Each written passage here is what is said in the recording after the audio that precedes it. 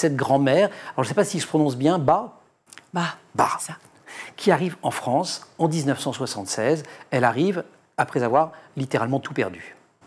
Oui, en fait, j'ai voulu écrire à la fois sur, je dirais, l'amour absolu qui peut exister entre une petite fille et sa grand-mère, mais j'ai aussi voulu mettre au jour le roman de ma grand-mère, si je puis dire, puisque pour moi, elle était une figure aimante, celle qui prenait soin de moi, celle qui m'a élevée, celle qui me faisait à manger, qui m'amenait, qui me raccompagnait à l'école, qui me couchait, qui me faisait la lecture, et ça se limitait là. Jusqu'à ce qu'un jour, ce que je raconte dans le livre, le voile se déchire et que je me rende compte qu'elle avait un passé. Ouais.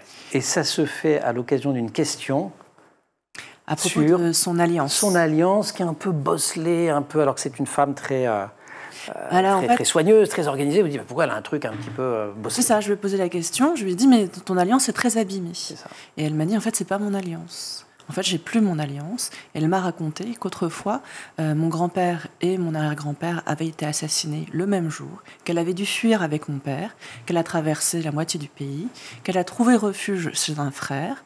Et chez ce frère, il y avait des femmes qui lui ont dit « mais viens avec nous à la pagode », l'église au Vietnam, si je puis dire. Et elle était très heureuse d'être accueillie, elle y est allée.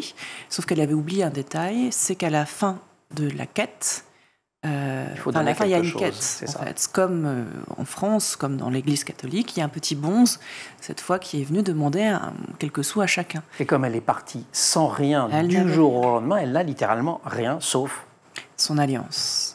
Et donc elle donne son alliance par honte sociale de ne rien avoir. Et c'est comme ça qu'elle a perdu le dernier objet qui la reliait à son mari qu'elle aimait éperdument.